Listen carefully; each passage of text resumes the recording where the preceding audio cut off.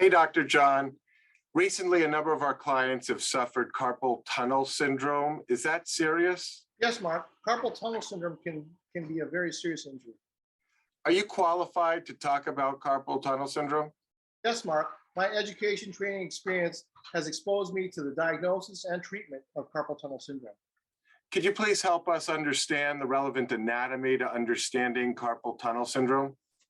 In order for us to understand the anatomy of carpal tunnel syndrome, let's take a look at this first slide. What we're looking at here is if we were to take a person's wrist and actually remove the hand and look down the barrel of the wrist, that's what we're looking at here in this slide. The slide contains the bones as well as some soft tissues that we need to understand. The bones around the carpal tunnel include the pisiform, the triquetrum, the lunate, and the scaphoid. Attached to those bones is something called the flexor retinaculum or the transverse carpal ligament. That ligament and bones encloses something that creates a tunnel. That's why it's called carpal tunnel syndrome. Inside that tunnel includes 9 tendons and 1 nerve, and that nerve is called the median nerve. That's the nerve that gets pinched and causes symptoms in patients who have the condition of carpal tunnel syndrome. What is the function of that area of the hand? So in that area of the hand, the carpal tunnel helps to enclose those tendons and nerves, and in some ways it tries to protect them and give individuals a mechanical advantage when they're moving and bending their wrists. When our clients suffer carpal tunnel syndrome, what kinds of symptoms can they expect to experience? The most common symptoms that individuals complain of are numbness and tingling in their fingers. They can also have pain, they can have weakness, and they can complain of dropping things, especially when it starts to get more severe. How does a carpal tunnel syndrome occur in patients? There are various mechanisms whereby individuals develop carpal tunnel syndrome. One of the more common mechanisms is through repetitive motion, whether that's at work or your recreation, anything that involves repetitive motions at the level of the wrist. But anything actually that can inflame that or make that carpal tunnel smaller can contribute to the development of carpal tunnel syndrome.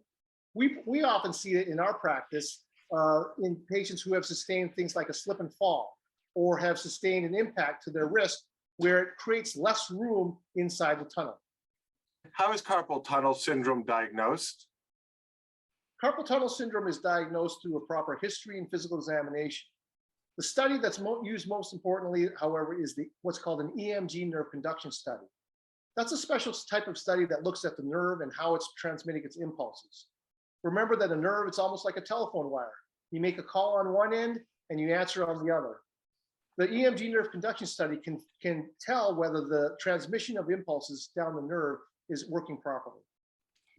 Who are the medical professionals you'd expect to diagnose a carpal tunnel syndrome? Usually the medical professionals who diagnose and evaluate and treat carpal tunnel syndrome are orthopedic surgeons.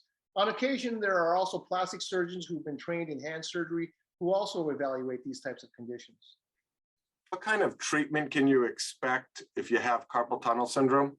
In order to understand the treatments for carpal tunnel syndrome, let's take a look at the next slide. What this slide shows, we're looking at the hand and wrist from top to bottom.